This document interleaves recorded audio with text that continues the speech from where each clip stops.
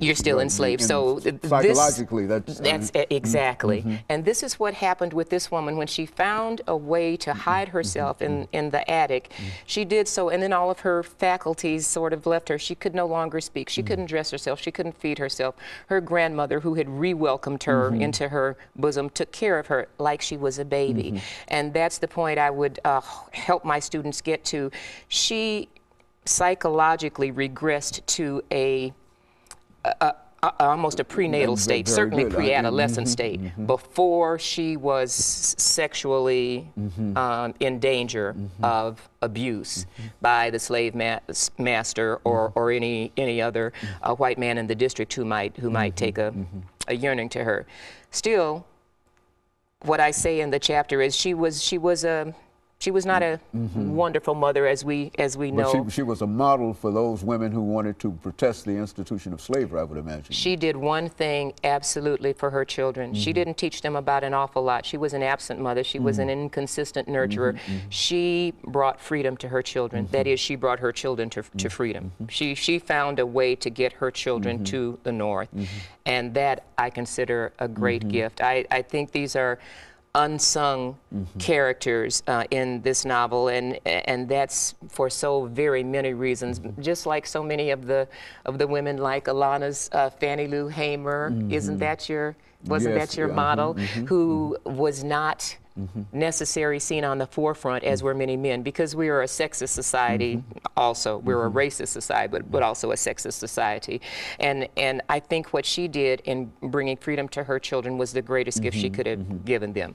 I don't want to take too much time before and I think that there's another thing about that our audience might not know about you, is that you knew personally Dr. Martin Luther King. I did. And I think one of the problems that one of the stories that we always try to elicit from individuals who visit us is the assassination of Dr. King. Yes. Because I think that I overheard you make some statements in reference to that. Yes. And I think we've got about 2.5 minutes or 3 minutes before we end this show for today. And let's end it not talking about a courageous woman, but about a courageous man, and about how Dr. King was taken. Give us your relationship with Dr. King and his assassination and the impact that it had upon you over the next 2 minutes. My father's work that brought us from Atlanta to Nashville was with the Methodist Board of Higher Education. As such, he worked with the historically black Methodist affiliated schools, including my now Clark University, but then Clark College, when I was there. And as such, he was able to introduce us to Dr. King, and through my relationship with Dr. Joseph Lowry's daughter, who was my roommate at Clark, there were other opportunities for me to even be a guest in their home. I was as inspired as any college student upon meeting Dr. Martin Luther King. It was an incredible experience to hear him speak, whether in his kitchen at home over greens and fried chicken, I'll never forget that, or at Ebenezer Baptist Church, or later at my father's work in Iowa. I was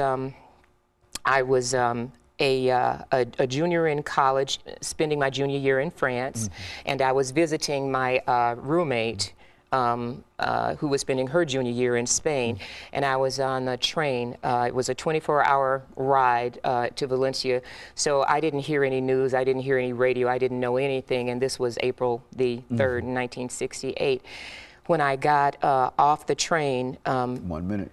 Her roommate informed my roommate's Spanish roommate informed me that Dr. King had been assassinated. I can't tell you what went through my mind, only that I roamed the streets of Valencia all day. When I called my parents in great distress, I said, I've got to come home. What am I doing here in France? I need to be on the forefront of the front lines. I need to be marching. I need to be stopping this insanity. And my parents listened to it very carefully, and they said, honey, you knew Dr. King. What would he advise you to do? That stopped me in my tracks, because I knew knew he would want me to continue my education. And especially to continue a book like you've presented to us. I will this morning, continue Dr. to Pillow. write. And let me thank you for all of that information that you've given us. Thank you. About not only African American History Month, but about women in African American history. And of course, let me encourage our audience to tune in again next week for another informative edition of Comments. Thank you and good morning.